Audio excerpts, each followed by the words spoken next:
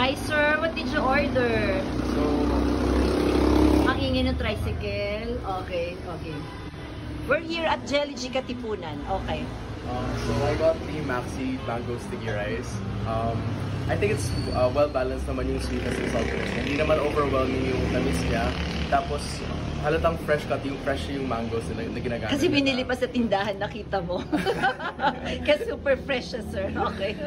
Tapos, a nice addition that I like that I wasn't expecting was na may konting asin yung sticky rice. And at first, nanibago ako.